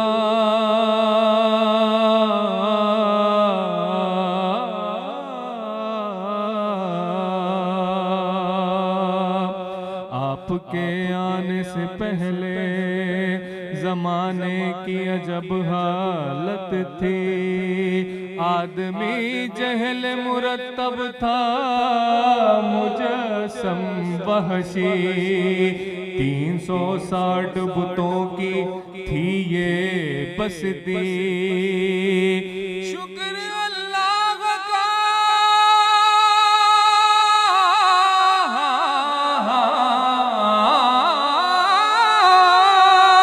शुक्र अल्लाह का ऐसे में रसूल अज़ली आए इंसान को इंसान बनाने के लिए। देखो आज मोहम्मद आए मोरे घर, आज मोहम्मद आए मोरे घर। सुभान अल्लाह, सुभान अल्लाह, बहुत खूब सलमान साहब। एक कैफियत तारी कर देते हैं आप हम सब पे, और फ़ायज़ा तो मुझे लगता है कि एक अजीब ही कैफियत में चली गई थी, है ना? दुआएं मांग लेनी चाहिए इस वक्त। मैंने सुना है कि बुजुर्गान दीन से कहते हैं कि जब रोना आ जाए तो दिल की सफाई भी होती है और आपके ऊपर तवज्जो भी होती है। वो तवज्जो ऐसे करते हैं तो बिल्कुल आंसू ऐसे आते हैं। ही और उसको आंसू जो है, बाज़ सूफिया किराम फरमाते हैं कि जो नबी पाक अलैहिस्सलाम का या आपके आले बैत अतार का ज़िक्र सुन के जिसकी आँख में आंसू आता है, यूँ समझ जाया करो कि अल्लाह ताला ने जन्नत की खिड़की खोल दी है, इसके दिल का और जन्नत का रिश्ता आपस में जोड़ दिया है। वाह, और जन्नत की क्यारियों को तवाफ़ करके जो हवाएं आती हैं, अल्लाह, वो इस वक्त इसके दिल का तवाफ़ कर रही हैं। माशाअल्लाह। सूफिया फरमाते हैं अपने अपने मुराक़बात के अंदर देखा है कि ऐसा शख्स जो रसूलुल्लाह की मोहब्बत में या आले बैत की मोहब्बत में रहता है, अल्लाह ताला उसके साथ ये सारा मामला हाय फरमाता है। अल्लाह, अल्लाह, अल्लाह अकबर। और ये रोने की कैफियत भी बहुत कम लोगों के दिल अल्लाह ताला ऐसे नरम कर देता है कि जिनको रोना भी आ जाता है और आका की तवज्जो होती है उन लोगों पे, अहले बैत की तवज्जो होती है। इस वक्त दुआ ज़रूर मांगनी चाहिए। अच्छा जी मुफ्ती साहब, आजकल का ज़माना वो ज़माना है कि हर शख्स ही कारोबार के हवाले से परेशान है और रोज़ी रोटी रिस्क रोज़गार के लिए परेशान है। इस हवाले से कोई वजीफ़ा फरमा दीजिएगा। ये इंतहाई अहम वजीफ़ा है बेटा, ये याद रखना कि ये वजीफ़ा मैंने जिसको भी दिया है अल्हम्दुलिल्लाह अल्लाह ताला ने, अगर वो कारोबार की वजह से परेशान था तो उसके कारोबार में वसअत दी है, अगर उसको रोज़गार नहीं मिल रहा था तो अल्लाह ताला ने उसको रोज़गार में वसअत दी। ठीक है, और ये मेरा अपना आजमाया हुआ वजीफ़ा है। तो ठीक है, मैं ये ठीक है। चाहूँगा कि जितने लोग इस वजीफ़े को सुन रहे हैं, इसके एक एक कलिमे को और एक एक जुमले को बिलखुसूस तवज्जो से सुने। ठीक है, आप जब भी सोकर उठें, सोकर उठने के बाद, ये बहुत सारी चीज़ों के लिए इसको इस्तेमाल किया जाता है, तरीका अलग अलग है। ठीक है, जब भी सोकर उठें, चाहे आप रात को सोएं, सुबह फजर के वक्त उठें, या फजर के बाद सोएं, शाम को उठें, ज़ोहर के वक्त उठें, जब भी आपकी आँख खुले, आप आँख खुलते ही बशर्त ये कि आप जुम्बी ना हो, बेगुसले ना हो, सही है। तो उस वक्त आँख खुलते ही आप या बासितू 10 मरतबा पढ़ें, या बासितु 10 या बासितू 10 मरतबा पढ़ के अपने हाथ पर दम कीजिए। फिर या बासी तू 10 मरतबा पढ़कर घर की छत पर दम कीजिए। ठीक है। पहले मैंने औलाद की नाफरमानी के लिए जी, मुझे बताया याद था, आ तो वो घर के चारों तरफ दीवारों पे दम करना था। ये दीवारों पे दम नहीं करना, अपने चेहरे पे कर लिया, छत पे कर लिया। हाथ पे, पहले हाथ पे 10 दफा पढ़ा, हाँ पहले अपने हाथों पे दम करना है, हाँ फिर 10 दफा पढ़ के घर की छत पे दम करना है, ठीक है। फिर 10 दफा पढ़ के अपने पूरे जिस्म पे दम करना है, और फिर उसके बाद दुआ करनी है इस तरीके से कि अल्लाह आज के दिन की फतूहात मेरे लिए खोल दे और आज के दिन आने वाली मुसीबतों को मुझसे दूर कर दे। वो देखेगा कुछ ही दिनों में इंशाल्लाह उसके रिस्क में बरकत होगी। इंशाल्लाह इंशाल्लाह ये सब शुरू करेंगे, आज से ही शुरू करेंगे हम। अल्हम्दुलिल्लाहि रब्बिल आलमीन वस्सलातु वस्सलामु अला अशरफिल अंबिया वल मुरसलीन या रब्बल आलमीन या अरहमर राहिमीन या ज़ल जलाली वल इकराम। हमारे आज के इस रोज़े को शर्फ़ क़बूलियत अता फरमा। ए पाक परवरदिगार, हमने जितने रोज़े अभी तक रख चुके हैं या आइंदा रखेंगे, जितनी इबादत कर चुके हैं या आइंदा करेंगे, सबको शर्फ़ क़बूलियत अता फरमा। हमारे तमाम सगीरा कबीरा गुनाहों को माफ़ फरमा। ए पाक परवरदिगार, जो लोग रोज़गार की वजह से परेशान हैं, उन्हें अच्छा रोज़गार अता फरमा। जो कारोबार की फर्राखी ना होने की वजह से परेशान है, उन्हें उनके कारोबार में वुसअतें और बरकतें अता फरमा। या रब्बल आलमीन या रहमर राहिमीन, जो अपने घर की घरेलू नाचाकियों से परेशान है, उनके घर में खुशहालियाँ, खुशबख्तियाँ, खुश नसीबियाँ, खुश मुरादियाँ अता फरमा। अगर घरों में कोई और परेशानी है तो उसे दूर फरमा। या रब्बल आलमीन, हमारे बीमारों को शिफा अता फरमा, हमारे बीमारों को शिफा अता फरमा। या रब्बल आलमीन या रहमर राहिमीन, तंग दस्तों की तंग दस्तियाँ दूर फरमा, ईमान की सलामती अता फरमा, अपनी मारिफत का नूर अता फरमा। ए पाक परवरदिगार, जो मांग सके वो भी अता फरमा, जो ना मांग सके बिन मांगे अता फरमा। वसल्लल्लाहु तआला अलैहि